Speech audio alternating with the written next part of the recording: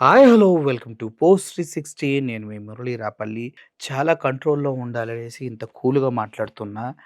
నాకు ఉన్న పలంగా వాళ్ళ పార్టీలు మారి, ఉన్న పలంగా వాళ్ళ స్ట్రాటజీలు మారి, ఉన్న పలంగా వాళ్ళ మనసులు మారి, ఉన్న పలంగా హిందువులుగా మారేవాళ్ళంటే చెడ్డ చిరాకు. నాకు బాగా కోపమొస్తుంది ఆ ఒక్క విషయంలో.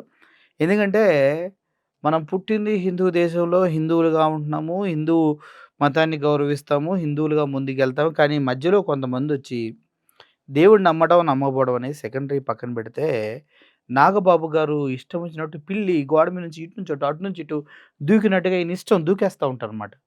ఈయన ఎంత గొప్పవాడంటే, ఆ దూకుడు చూసి పిల్లి గూడా పిల్లే కాదండోయ్! ఏ జంతువులు కోతులు గూడా చాలా ఈర్ష్యపడతా ఉంటాయి. ఈ దూకుడు ఎక్కడ చూసావురా నాయనా భారీ దూకుడని. ఈయన రీసెంట్‌గా ఈరోజు ఒక వీడియో రిలీజ్ చేశాడు. ఆ వీడియో చూసిన తర్వాత నాకు ఉన్న బుర్ర ఫ్యూజులు మొత్తం ఎగిరిపోయినాయి. ఇది ఆ సార్ గారు రిలీజ్ చేసినటువంటి వీడియో అనమాట. ఏందో ఉన్న పలంగా వీళ్ళ తమ్ముడు వీళ్ళంతా సనాతన అంటా ఉంటారు. అది లోపల నుంచి వత్తదో లేదా పార్టీ ఇచ్చిన ఆ బూస్ట్ నుంచి వస్తదో నాకు తెలీదు. ఆ సనాతన ఆ పదం ఎంత గొప్పది నాయన ఈళ్ళెలా వాడతారు చూడండి. నమస్తే. నమస్తే. మీ నాగబాబు. అవునండి. మాకు తెలుసు. ఒక సగటు భారతీయుడిని, అవును. ఒక హిందువుని. అవును. అదేంటి? ఆ! ఎప్పటి నుంచన్నా? ఎప్పటి నుంచి భలే జోకులేత్తాడు.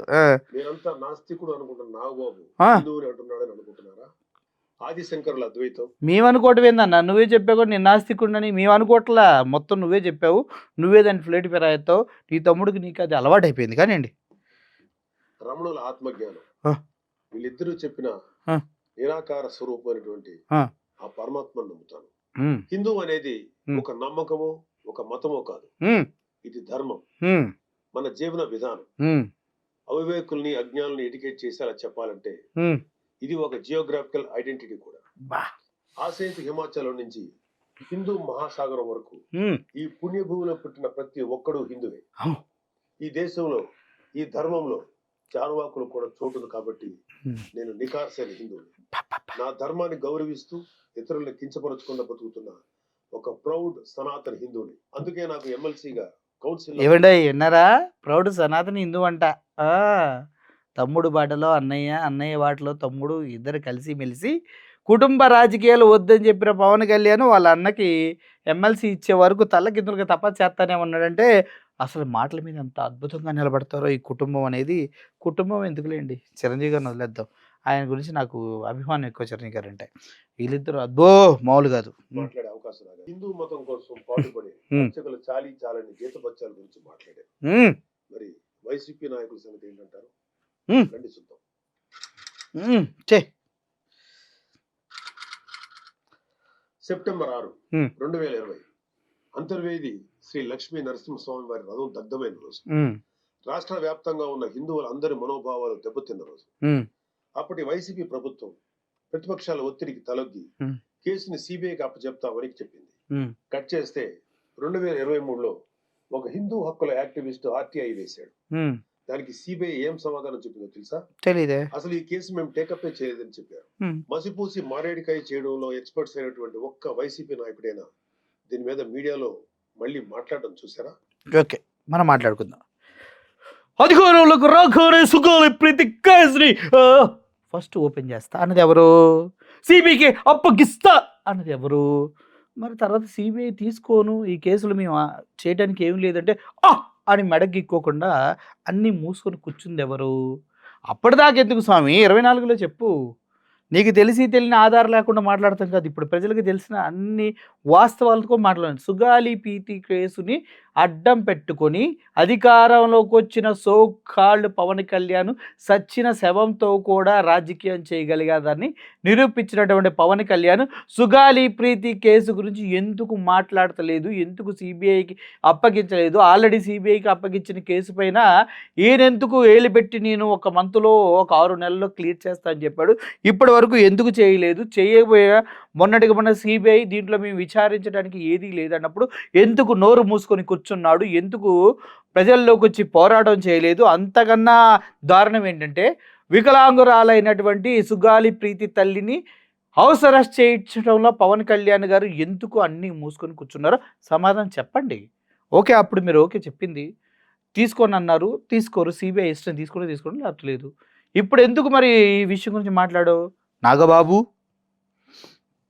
అయినా వీళ్ళకి అవతల వాళ్ళ పర్సనల్ జీవితాల మీద ఉన్న ఇంట్రెస్ట్ ఉమ్, మన హిందూ దేవాలయాల మీద ఎక్కడ ఉంటుంది? ఉమ్. విజయవాడ రోడ్డు మొత్తం 40 దేవాలయాలు కొట్టుకుంటూ వెళ్ళినప్పుడు ఏమైపోయావయ్యా నువ్వు? మాట్లాడలే చంద్రబాబు గురించి? అదేవిధంగా తిరుమలలో 1000 గాల మండపాన్ని కూల్చేసినప్పుడు ఎందుకు మాట్లాడలేదయ్యా నువ్వు? ఏమైపోయావు?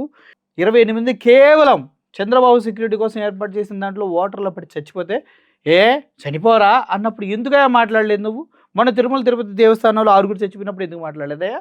గోడకూలు 8 మంది చచ్చిపోతే ఎందుకు మాట్లాడలేదా? సింహాద్రి అప్పన్న స్వామి టెంపుల్లో ఏందో.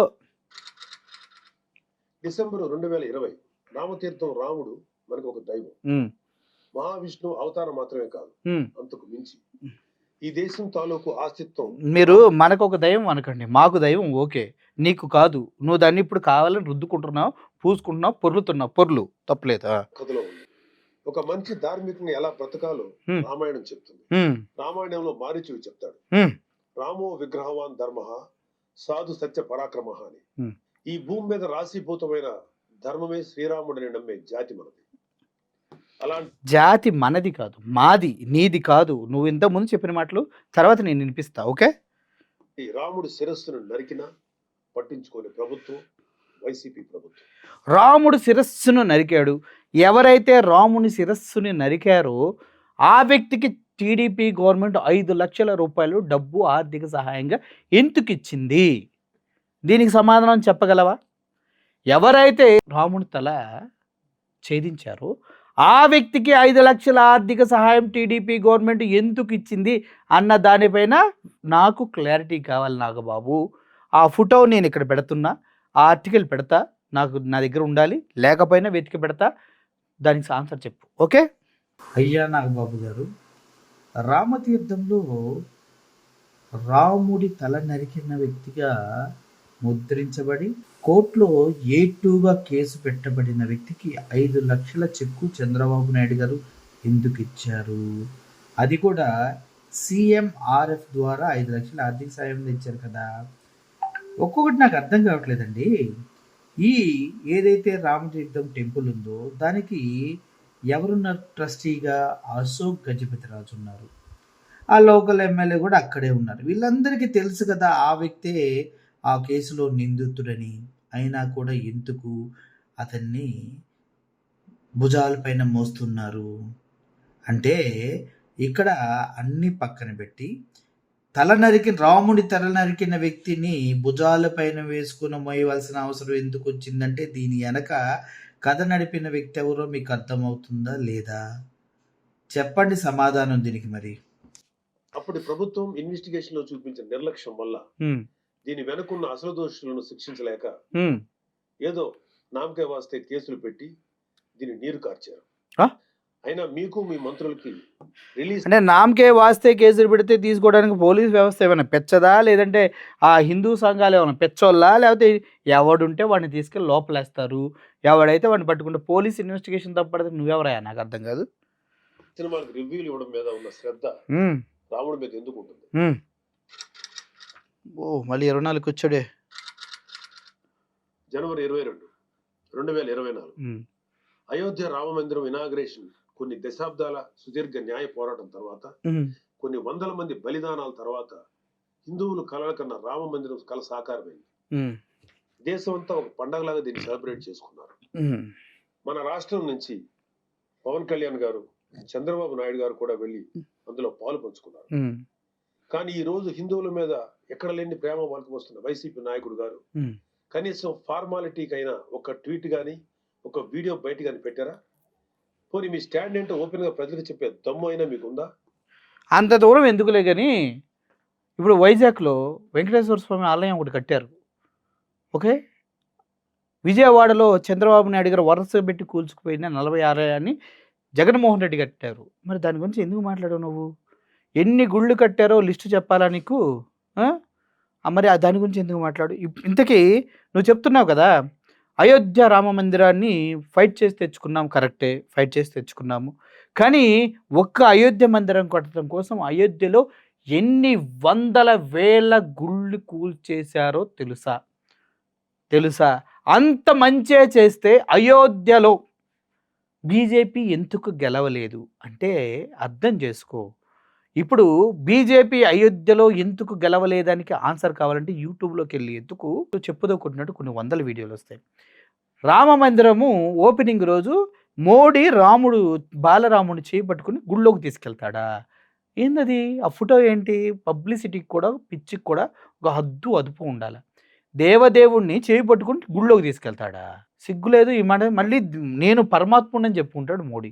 ఆయన ఏమైనా చెప్పుకొని, ఇప్పుడు రామ మందిర నిర్మాణం కోసం జగన్మోహన్ రెడ్డి ఏమైనా అడ్డంకులు చెప్పాడా? రామ మందిర నిర్మాణం చేయొద్దని ఏమన్నా అన్నాడా? చేసుకోమన్నాడు కదా!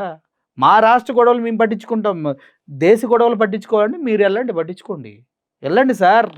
కేంద్ర మంత్రి గారు ఎళ్ళండి. ఎమ్మెల్సీగా ఉండటమే ఎందుకొచ్చిందో తెలియక సస్తున్నాం మేము. మీకు వ్యతిరేకించే ధైర్యం లేదు. హ్మ్. అలా అని అభినందించే సంస్కారం అంతకంటే లేదు. హ్మ్.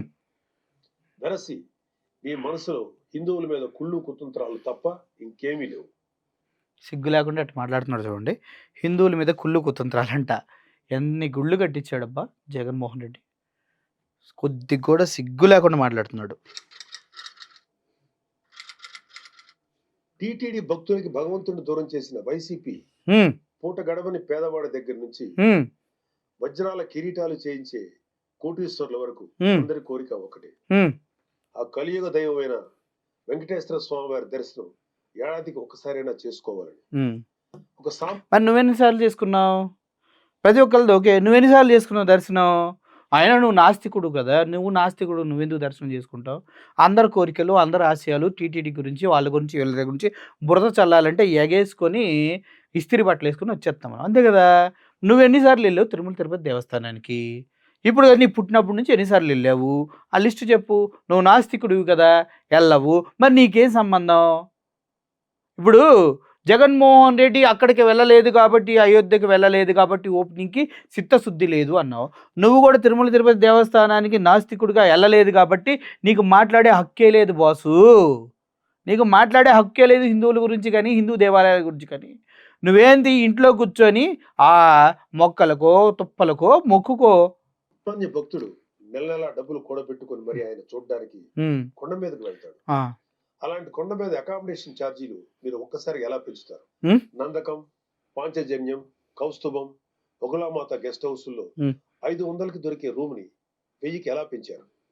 500కి దొరికే రూమ్‌ని 1000కి ఎలా పెంచారా? ఎలా అంటే ప్రత్యేక దర్శనానికి మేము 10, 15,000 కట్టామని ఒక టీవీ యాంకర్ వీడియోలు చేస్తే, ఆ విషయం ఎక్కడ బొక్కుతుందో అనేసి వేలకు వేలు ప్రత్యేక దర్శనం టికెట్లు ఏందిరా నాయనా అనేసి ఆ అమ్మాయి వీడియో చేసి, మేమేదో అమెరికాలో ఎక్కడో క్లాస్ లైఫ్ గడుపుతున్నట్టుగా ఉంది ఈ టికెట్ రేట్లు చూస్తే అని ఆ అమ్మాయి వీడియో పెడితే, ఆళ్ళ ఫ్యామిలీ మొత్తం పైన మూకుమ్మడిగా దాడి చేశారు కదా! ఆ టికెట్ల గురించి మాట్లాడు. ఎందుకు వేల రూపాయల టికెట్లు పెట్టారో చెప్పు. మరి ఆటిలి గురించి మాట్లాడకుండా బ 500 దాన్ని రూ. 1000 చేశారు. 500 దాన్ని రూ. 1000 జీవితాంతం కూడబెట్టుకున్న డబ్బుతో రూ. 500 పెట్టుకొని వాళ్ళెళ్తే రూ. 500కి అక్కడ అకామిడేషన్ లేదు అంటున్నావు కదా! రూ. 1000 పెట్టుకోలేరా? పెట్రోల్ బిల్లు ఇష్టం వచ్చినట్టు పెరుగుతుంది. క్రూడ్ ఆయిల్ ధర భూమిలో ఉంది. ఆంధ్రప్రదేశ్‌లో ఉన్నటువంటి పెట్రోల్ ధర దేశవ్యాప్తంగా ఎక్కడా లేదు. నిజంగా చెప్పాలంటే కర్ణాటకకెళ్తే లీటర్ పెట్రోల్ పైన డే టైమ్ కొట్టించుకుంటే రూ. 2 తక్కువ కూడా ఇస్తున్నారు. ఏంటి ఎంఆర్‌పీ పైన రూ. 2 తక్కువ ఇస్తున్నారు. ఇటువంటి సిట్యుయేషన్స్ నీకు తెలుసా? మరి ఆటి గురించి ఎప్పుడు మాట్లాడవేంటి నువ్వు? వాడు 500కి సంవత్సరం మొత్తం ఎళ్తే 500 టికెట్‌కిని రూ. 1000 చేశారా అని ఫీల్ అవుతున్నావు గదా! రోజు నిత్యం లీటర్లు పెట్రోల్ కొట్టించుకొని అక్కడిక్కడ తిరిగే సామాన్యుడి రోజుకి వారానికి 500 ఎగిరిపోతున్నాయి. నెలకు 2000 ఎక్స్‌ట్రా అవుతుంది. మరి దాని గురించి నువ్వెందుకు మాట్లాడవు? అంటే గుడికెళ్తేనే అదా? లేపోతే మనుషుల బ్రతుకులు రోడ్ల మీద ఉంటే వాళ్ళ బతుకులు కాదా? ప్రజా సమస్యల పైన పోరాడండయ్యా! జీవితాల మీద ఎందుకు పోరాడతారు? మీ జీవితాలు బానే ఉంటాయి. సామాన్యుడిని ఎందుకు ఇందుట్లోకి లాగుతారు? నారాయణగిరి గెస్ట్ హౌస్‌లో రూ. 1700 చేశారు. ఇది సామాన్యుడిని భగవంతుడికి దూరం చేసే ప్రయత్నం కదా! అవును. నువ్వు ఎవరిని? అదే ఏ మాఫియాని సంతోషపెట్టడానికి ఇది చేశావో అర్థం కానంత అమాయకులు అనుకుంటున్నావా ప్రజలు? ఏ మాఫియానంటే ఇప్పుడు ఇక్కడ హోటల్‌కి పర్మిషన్ ఇచ్చి నాన్ వెజ్ వండుతారంటే మన బ్రాహ్మణ ఉత్తములంతా అక్కడికెళ్ళి ఇక్కడ హోటల్ కట్టడానికి వీల్లేదు. పవిత్రమైనటువంటి వెంకటేశ్వర స్వామి 7 కొండలు కనిపించే ప్రదేశంలోనే యాజిటేషన్ చేశారు ఈ మధ్య కాలంలో తెలుసా? మీ వాళ్ళే పర్మిషన్ ఇచ్చింది. ఎందుకు ఇచ్చారు మరి? మరి దాని బిజినెస్ కాదా? వేల కోట్ల రూపాయల ఆస్తుల్ని ఒక హోటల్‌కి ఫ్రీగా ఇచ్చి కట్టుకోమని ఎందుకు చెప్తూ ఉన్నారు మీరు? ఎందుకు పర్మిషన్‌లు ఇచ్చారు? దాని గురించి చెప్పండి మరి. నాన్ వెజ్‌లు ఎందుకు వండిస్తున్నారు? గుడి పేరుకి నాన్ వెజ్‌లు ఎందుకు వస్తున్నాయి? ఆ! ఆహ్, ప్రత్యేక దర్శనం టికెట్లు ఆటో డ్రైవర్లు, కారు డ్రైవర్లు ఎలా అమ్ముతూ ఉన్నారు? మితిమీరిన లడ్డూలు ఎక్కడి నుంచి వస్తూ ఉన్నాయి? ఇయన్నీ చెప్పాలి కదా మరి. దర్శనాలు సేవలు అయితే ఇంకా దారుణం. హ్మ్. ఏదో కాయగూరల బేరం ఆడినట్టు హ్మ్. 10,000 చెయ్యి, దీన్ని 5,000 చెయ్యంటూ ఎంత నిర్లక్ష్యంగా మీ సుబ్బారెడ్డి బోర్డు మీటింగ్ లో మాట్లాడాడు మొత్తం రాష్ట్రం అంతా చూసింది. మరి ఇప్పుడు తగ్గించారు మీరు? మీరు తగ్గించారా? మరి తగ్గిస్తే ఆ లిస్ట్ కూడా పక్కన పెట్టు మరి. అప్పుడు చెయ్యి అన్నారని ఓకే. మరి ఇప్పుడు టీటీడీ ఆస్తులు ఏమన్నా కూడా గవర్నమెంట్ బ్యాంకుల్లో పెట్టాలి. మరి ఆ ఆస్తుల్ని తీసుకెళ్ళి చంద్రబాబు నాయుడు గారు ప్రైవేట్ బ్యాంకుల్లో పెడతా అని మీడియా ముఖంగా టీవీ5 బీఆర్ నాయుడు, అదే TTD chairman BR Naidu, Chandrababu Naidu గారు చెప్పారు. మరి ప్రైవేటు బ్యాంకుల్లో ఎందుకు పెడతారు? ఏ కమిషన్స్ కోసం? ఊరు పేరు లేని బ్యాంకులకి ఎందుకు ఇస్తున్నారు? యెస్ బ్యాంకులో ఎందుకు పెట్టారు? 13,000 కోట్ల, 1,300 కోట్ల రూపాయల గోల్డ్ ఎందుకు పెట్టారు? చెప్పండి సార్. ఎవడి సొమ్ము ఎవడు దొబ్బేస్తున్నారు ఇక్కడ? అంత చులకన మీకు హిందువులంటే. హ్మ్. ఇకపోతే తిరుమల మీద నువ్వు చేసిన దోపిడీ అంతా ఇంత కాదు. హ్మ్. ఒకే ఒక ఉదాహరణ చెప్పాలంటే టీటీడీ కామన్ గుడ్ ఫండ్ కి ఇచ్చే కాంట్రిబ్యూషన్ హ్మ్. 2.5 కోట్లు ఉండేది. దీన్ని సెప్టెంబర్ 2021లో 50 కోట్లకు ఒక్కసారిగా పెంచేశాం. హ్మ్. అసలు ఇక్కడే కాదు, ఎక్కడ కొండ కనపడినా గుండు కొట్టేయాలనుకోవడమేగా మన అలవాటు. ఓరయ్యో! ఇప్పుడు మీ పార్టీ వాళ్ళు విచ్చలవిడిగా కొండలు కొట్టేస్తున్నారు. చూయించనా? మీ పవన్ కళ్యాణ్ గారు కాన్స్టిట్యున్సీలోనే మీ సొంత పార్టీ అతనే. చూపిస్తా పండగ చేసుకుంది కానీ. గురు ఇదిగోండి పాయకరావుపేట ఆంధ్రప్రదేశ్. చూడండి ఇక్కడ కొండలు కొడుతుంది ఎవరు? ఎవరు సార్ కొడుతుంది? మన జనసేన నాయకులే. కొండ కరెక్ట్గా కొన్ని రోజుల్లో ఇది సర్వనాశనం అయిపోయిద్దని కూడా చెప్పారు. చూడండి పాపం కష్టపడి వీడియోలు తీస్తున్నారు చూడండి.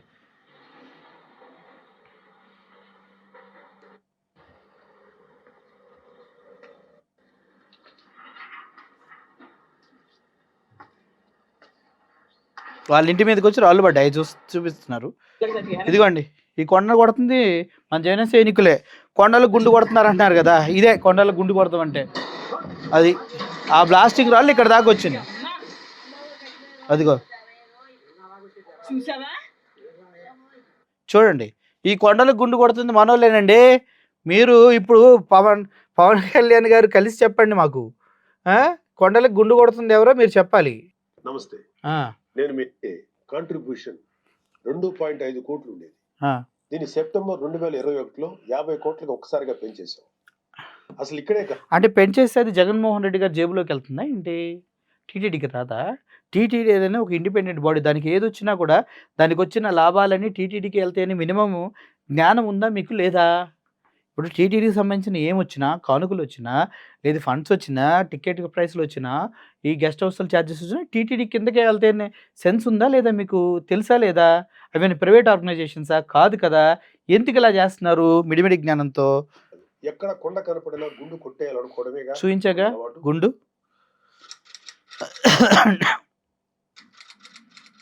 డిక్లరేషన్ ఫామ్ ప్రతి రిలీజియస్ ఇన్స్టిట్యూట్ కి ఒక సాంప్రదాయం ఉంటుంది. దాన్ని గౌరవించడం మన ధర్మం. యుధా రాజా తదా ప్రజ అంటారు. నాయకులే రూల్స్ ఫాలో కాకపోతే ఇంకా ప్రజలు ఏం ఫాలో అవుతారు? అయినా బాధ్యత గురించి వైసీపీకి చెప్పడం చెవిటోడి చెవిలో శంఖం ఊదినట్టే. ఎలా అంటే నాస్తికుడు వచ్చి హిందుత్వం గురించి నువ్వు మాట్లాడినట్టు అంతేగా. నాస్తికుడైన నువ్వు హిందుత్వం గురించి రెచ్చగొట్టే వ్యాఖ్యలు చేయడానికి ఐరన్ బట్టలు వేసుకుని వచ్చావు కదా, నీలాంటోడే అంటావు అంతేనా? కానీ ఇక్కడ విషయం ఏంటన్నా, డిక్లరేషన్ అనేది రాజకీయ నాయకులు అందరికీ ఉంటుందా ఒకసారి ఆలోచించు.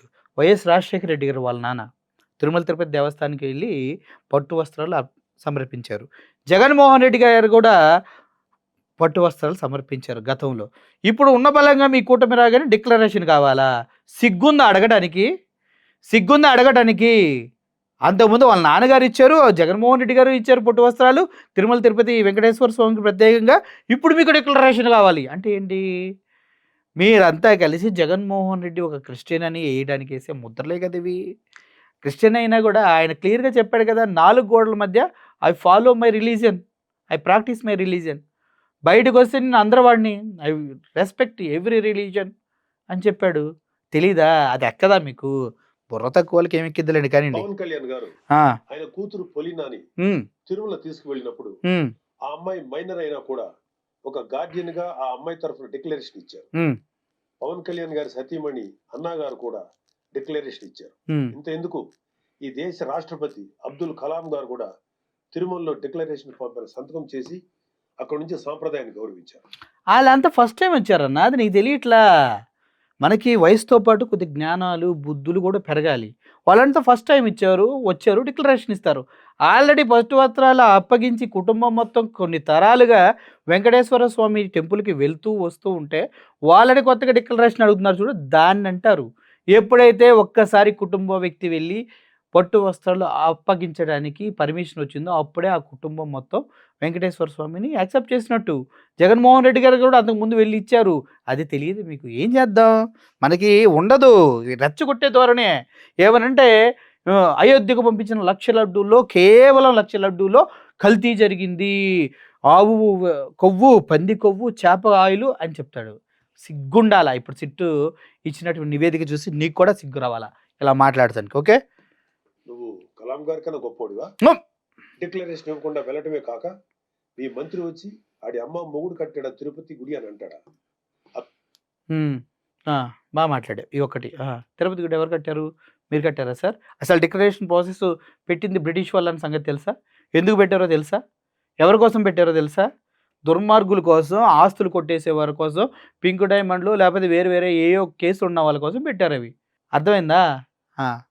ఆ తలపొగురు మాటలు మాట్లాడితేనే జనాలు 151లో మధ్యన 5 తీసేసి 11 ఇచ్చారు. అయినా నేను విర్రవీగి మా అన్న పార్టీకి నేను యూత్ లీడర్‌నని అన్నీ ఎర్రవీగి ప్యాంట్లు పైకెత్తి జగన్మోహన్ రెడ్డి సీఎం అవ్వడు, అవ్వకూడదు అని చెప్పినా కూడా 151 సీట్లతో సీఎం అయితే పోటీ చేసిన 2 ప్రాంతాల్లో 0-0లొచ్చి చివరికి పెద్ద గుండు సున్నాయిన నీ తమ్ముడిని పట్టుకొని చివరికి ఇప్పుడు నీకు ఎటువంటి క్వాలిఫికేషన్ లేకుండా, ఎటువంటి అర్హత లేకుండా, ఎటువంటి కనీసమైనటువంటి రాజకీయ పరిజ్ఞానం లేకుండా నువ్వు ఎమ్మెల్సీ అయ్యావు చూడు.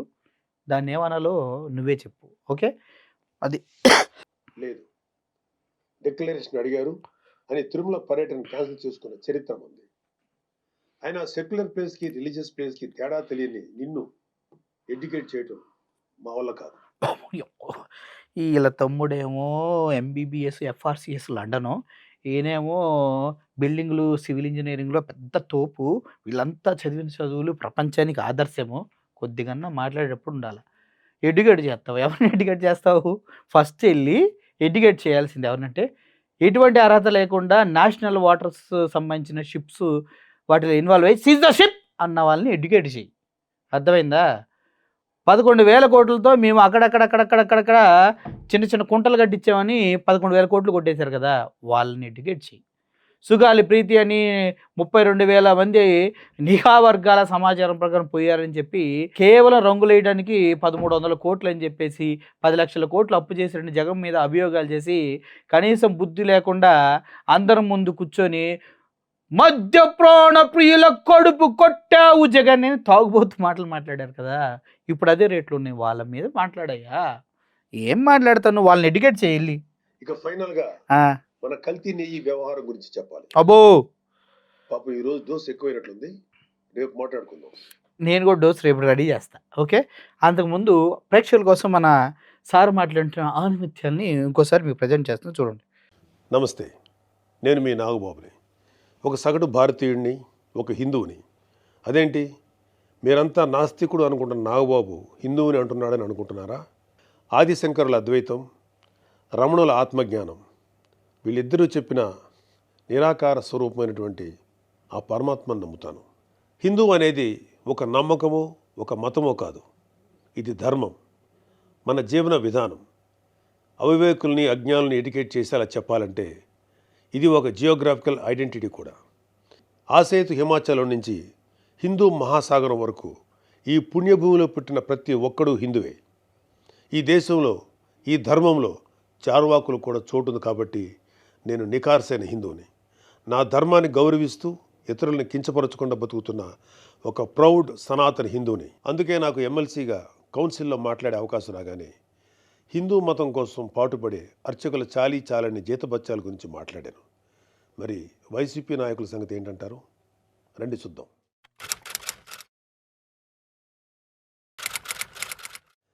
సెప్టెంబర్ 6, 2020 అంతర్వేది శ్రీ లక్ష్మీ నరసింహస్వామి వారి రథం దగ్ధమైన రోజు.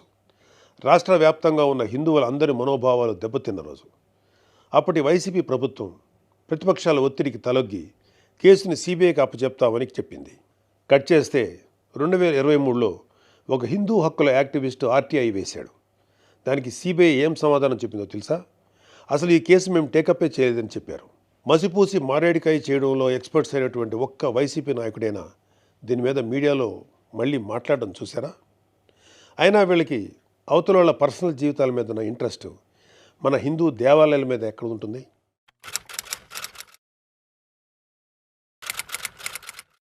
డిసెంబర్ 2020 రామతీర్థం రాముడు మనకు ఒక దైవం. మహావిష్ణువు అవతారం మాత్రమే కాదు, అంతకు మించి ఈ దేశం తాలూకు ఆస్తిత్వం రామకథలో ఉంది. ఒక మనిషి ధార్మికంగా ఎలా బ్రతకాలో రామాయణం చెప్తుంది. రామాయణంలో మారీచుడు చెప్తాడు, రామో విగ్రహవాన్ ధర్మ సాధు సత్య పరాక్రమ అని. ఈ భూమి మీద రాశీభూతమైన ధర్మమే శ్రీరాముడిని నమ్మే జాతి మనది. అలాంటి రాముడి శిరస్సును నరికినా పట్టించుకోని ప్రభుత్వం వైసీపీ ప్రభుత్వం.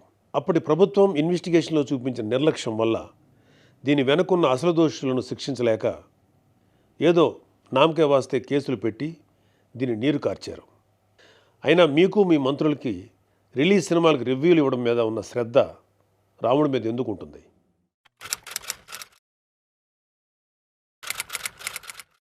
జనవరి 22, 2024 అయోధ్య రామమందిరం ఇనాగ్రేషన్ కొన్ని దశాబ్దాల సుదీర్ఘ న్యాయ పోరాటం తర్వాత, కొన్ని వందల మంది బలిదానాల తర్వాత హిందువులు కలల కన్నా రామమందిరం కల సాకారమైంది. దేశమంతా ఒక పండగలాగా దీన్ని సెలబ్రేట్ చేసుకున్నారు. మన రాష్ట్రం నుంచి పవన్ కళ్యాణ్ గారు, చంద్రబాబు నాయుడు గారు కూడా వెళ్ళి అందులో పాలు పంచుకున్నారు. కానీ ఈరోజు హిందువుల మీద ఎక్కడ లేని ప్రేమ వలకపోస్తున్న వైసీపీ నాయకుడు గారు కనీసం ఫార్మాలిటీకైనా ఒక ట్వీట్ కానీ ఒక వీడియో బయట కానీ పెట్టారా? పోనీ మీ స్టాండ్ ఏంటో ఓపెన్గా ప్రజలకు చెప్పే దమ్ము అయినా మీకుందా? మీకు వ్యతిరేకించే ధైర్యం లేదు. అలా అని అభినందించే సంస్కారం అంతకంటే లేదు. వెరసి మీ మనసులో హిందువుల మీద కుళ్ళు కుతంత్రాలు తప్ప ఇంకేమీ లేవు. టీటీడీ భక్తులకి భగవంతుడిని దూరం చేసిన వైసీపీ పూట గడవని పేదవాడి దగ్గర నుంచి వజ్రాల కిరీటాలు చేయించే కోటీశ్వర్ల వరకు అందరి కోరిక ఒకటే, ఆ కలియుగ దైవమైన వెంకటేశ్వర స్వామివారి దర్శనం ఏడాదికి ఒకసారైనా చేసుకోవాలని. ఒక సామాన్య భక్తుడు నెల నెలా డబ్బులు కూడబెట్టుకుని మరి ఆయన చూడడానికి కొండ మీదకి వెళ్తాడు. అలాంటి కొండ మీద అకామిడేషన్ ఛార్జీలు మీరు ఒక్కసారిగా ఎలా పెంచుతారు? నందకం, పాంచజన్యం, కౌస్తుభం, ఒకలామాత గెస్ట్ హౌసుల్లో 500కి దొరికే రూమ్ని 1000కి ఎలా పెంచారు? నారాయణగిరి గెస్ట్ హౌస్లో 1700 రూపాయలు చేశారు. ఇది సామాన్యుణ్ణి భగవంతుడికి దూరం చేసే ప్రయత్నం కదా? నువ్వు ఎవరిని, అదే ఏం మాఫియాని సంతోషపెట్టడానికి ఇది చేసావో అర్థం కానంత అమాయకులు అనుకుంటున్నావా ప్రజలు? దర్శనాలు సేవలు అయితే ఇంకా దారుణం. ఏదో కాయగూరల బేరం ఆడినట్టు 10,000 చేయి, దీన్ని 5,000 చేయంటూ ఎంత నిర్లక్ష్యంగా మీ సుబ్బారెడ్డి బోర్డు మీటింగ్లో మాట్లాడాడో మొత్తం రాష్ట్రమంతా చూసింది. అంత చులకన మీకు హిందువులంటే. ఇకపోతే తిరుమల మీద నువ్వు చేసిన దోపిడీ అంతా ఇంతా కాదు. ఒకే ఒక ఉదాహరణ చెప్పాలంటే టీటీడీ కామన్ గుడ్ ఫండ్కి ఇచ్చే కాంట్రిబ్యూషన్ 2.5 కోట్లు ఉండేది. దీన్ని సెప్టెంబర్ 2021లో 50 కోట్లకు ఒక్కసారిగా పెంచేశావు. అసలు ఇక్కడే కాదు, ఎక్కడ కొండ కనపడినా గుండు కొట్టేయాలనుకోవడమేగా మన అలవాటు.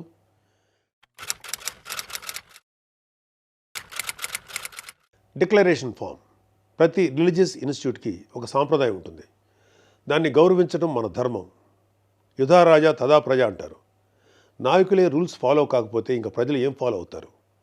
అయినా బాధ్యత గురించి వైసీపీకి చెప్పడం చెవిటోడి చెవిలో శంఖం ఊదినట్టే. పవన్ కళ్యాణ్ గారు ఆయన కూతురు పొలినాని తిరుమల తీసుకువెళ్ళినప్పుడు ఆ అమ్మాయి మైనర్ అయినా కూడా ఒక గార్డియన్గా ఆ అమ్మాయి తరఫున డిక్లరేషన్ ఇచ్చారు. పవన్ కళ్యాణ్ గారి సతీమణి అన్నా గారు కూడా డిక్లరేషన్ ఇచ్చారు. ఇంత ఎందుకు, ఈ దేశ రాష్ట్రపతి అబ్దుల్ కలాం గారు కూడా తిరుమలలో డిక్లరేషన్ పంపిన సంతకం చేసి అక్కడి నుంచి సాంప్రదాయాన్ని గౌరవించారు. నువ్వు కలాం గారి కన్నా గొప్పోడివా? డిక్లరేషన్ ఇవ్వకుండా వెళ్ళటమే కాక మీ మంత్రి వచ్చి ఆడి అమ్మ మొగుడు కట్టాడా తిరుపతి గుడి అని అంటాడా? అలా తలపొగురు మాటలు మాట్లాడితేనే జనాలు 151లో మధ్యన 5 తీసేసి 11 ఇచ్చారు. అయినా నువ్వు ఏమైనా మారావా? లేదు. డిక్లరేషన్ అడిగారు అని తిరుమల పర్యటన క్యాన్సిల్ చేసుకున్న చరిత్ర ఉంది. అయినా సెక్యులర్ ప్లేస్కి రిలీజియస్ ప్లేస్కి తేడా తెలియని నిన్ను ఎడ్యుకేట్ చేయటం మా వల్ల కాదు. ఇక ఫైనల్గా మన కల్తీ నెయ్యి వ్యవహారం గురించి చెప్పాలి. పాపం ఈరోజు డోస్ ఎక్కువైనట్లుంది, రేపు మాట్లాడుకుందాం. Stay tune. అద్భుతమైనటువంటి సనాతనవాది మాట్లాడితే ఇలా ఉంటుందని నాకు తెలియదు. ఒకసారి వినండి. చాలా కాలం పాటు దేవుడిని విపరీతంగా ఎట్లా వచ్చింది? నేను చాలా కాలం పాటు దేవుడిని విపరీతంగా నమ్మాను. వన్ ఫైన్ డే ఒకటి ఏదో ఎన్లైటైన్మెంట్ చూడండి, జ్ఞానోదయం అయింది దేవుడికి సంబంధించి. నాకు రివర్స్ అయింది. నాకు దేవుడికి సంబంధించి ఎన్లైట్మెంట్ అంటే దేవుడిని అద్భుతంగా ఇంకా నెక్స్ట్ లెవెల్లో మనం సరెండర్ అయిపోతాం. కానీ ఇంకా రివర్స్లో అయిందంట, ఎన్లైట్మెంట్ రివర్స్లో అయింది. చూడండి చెప్తాడు. దేవుడు లేడు అని క్లారిటీ అర్థమైంది. దేవుడు లేదని క్లారిటీగా అర్థమైనటువంటి సోకాళ్ళు ఈయనొచ్చి దేవుడి గురించి మనకి హితోపదేశాలు, జ్ఞానోపదేశాలు అన్నీ చెప్తూ ఉంటే ఎవరికైనా కింద నుంచి పైదాకా కాలిద్దా? కాలదా? కాలాలి. కాలకపోతే తప్పు. ఎందుకంటే పదవులు రాగానే సనాతనలు అద్భుతంగా వెంటనే అయిపోతారు వీళ్ళ ఫ్యామిలీ అంతా. అదేందో నాకు అర్థం కాదు. బట్ ఐ నెవర్ క్రిటిసైజ్ నేను ఎవరు ఏ మతాన్ని ద్వేషించాల్సిన అవసరం, ఎందుకంటే దేవుడు నేను లేని నమ్మనప్పుడు మతాన్ని ద్వేషించడం ఉంటుంది. దేవుడిని నమ్మనప్పుడు మతాలు అనేది ఎవడొక్కాలి, దాని గురించి ఎందుకు మాట్లాడాలి? నేను దేవుడిని నమ్మను, మతాలు లేవు తోక్కలేవు అన్నాడు ఆయన. దేవుడు నమ్మితేనే కదా మతాలు. నేను దేవుడిని నమ్మను. మరి ఇప్పుడు హిందూ అయిపోయాడు. ఆమె హిందూ, వాళ్ళు వచ్చారు వీళ్ళు వచ్చారు, వాళ్ళ పుస్తకాలు చదివా వీళ్ళ పుస్తకాలు చదివా, నేను హిందువునే అటువంటిప్పుడు అని చెప్తున్నాడు కదా. మతాన్ని విమర్శించాల్సిన అవసరం లేదు కదా. కరెక్ట్. దేవుడు నమ్మితే నేను హిందూ దేవుడు నమ్మితే క్రిస్టియన్ విమర్శిస్తాను. హిందూ దేవుడు నమ్మితే హిందూ దేవుడు నమ్మడు మనోడు. క్రిస్టియన్ దేవుడు నమ్మితే క్రిస్టియన్ దేవుడు నమ్మడు. ముస్లిం దేవుడు నమ్మితే ముస్లిం దేవుడు నమ్మడు. ఎవరు నమ్మని ఇటువంటి వ్యక్తి వచ్చి మనకి ఇప్పుడు చేతులు కట్టుకొని ఎదురుగా స్క్రిప్ట్ రాసింది పెట్టుకుని అద్భుతంగా చెప్తుంటే మళ్ళీ రేపు సెకండ్ డోస్ అంట. రేపటికి కూడా నేను రెడీ చేస్తాను. మరి గట్టిగా రెడీగా ఉండు. నేను క్రిస్టియన్ అయితే ఇస్లామో హిందూ ఇస్లామిక్ అయితే అసలు నేను దేవుడే నమ్మడు, మతాన్ని ఎలా విమర్శిస్తాను మతాన్ని. బట్ అది విషయం. కొసమెరు ప్రతినిధి కదా, దీనికోసం ఎంతసేపు వెయిట్ చేస్తున్నా. ఇటువంటి వ్యక్తి వచ్చి ఇప్పుడేదో వేడివేడిగా ఉంది కదా, మా తమ్ముడు మాట్లాడతలేదు కదా, చంద్రబాబు నాయుడు గారు మాట్లాడతలేదు కదా, అందరం కలిసి మూకుమ్మడిగా రిపప్పలయ్యాం కదా, నేను కూడా ఒక్కసారి నిలబడి మాట్లాడదాం, నాకన్నా మైలేజ్ వస్తుందేమో, నన్ను ఎమ్మెల్సీగా ఇప్పుడైనా గుర్తిస్తారేమో అని అనుకుంటున్నట్టున్నారు. సార్ మీరు ఎన్ని జన్మలు ఎత్తినా, మీకు దొడ్డిదారులు ఎమ్మెల్సీలు వచ్చినా, లేదంటే మీరు ఇట్లాంటి పిచ్చి పిచ్చి ప్రకటనలు ఎన్ని చేసినా కూడా మిమ్మల్ని కేర్ చేయరు, మిమ్మల్ని ఎవడో లెక్క చేయడు. ఎందుకంటే యూఆర్ నథింగ్ సార్. మీరు అర్థం చేసుకోండి. ఎందుకంటే మీరు హిందువులు కాదు, సనాతనవాదులు కాదు, అన్నీ కానీ మీరు ఇప్పుడు రంగులు వేసుకొని వచ్చి రంగురంగుల బట్టలు అరేంజ్ చేసుకుని వచ్చి మేము హిందువులు, మేము సనాతనవాదులు అంటే ఎవరు నమ్మరు సార్. ఏదో సిగరెట్లు ఎక్కడో కాల్చుకుంటారంట కదా, అటువంటి వ్యక్తులు మారిన సందర్భాలు చూసాం. మరి మీరు కూడా మీ నాన్నగారి గురించి గతంలో విన్న మాటలే. దయచేసి ఇటువంటి సొల్లు మాకు చెప్పకండి. మేము అన్నీ చూస్తూ ఉంటాం. అర్థమైంది కదా. Thank you for watching this video. Murali signing off. Thank you so much.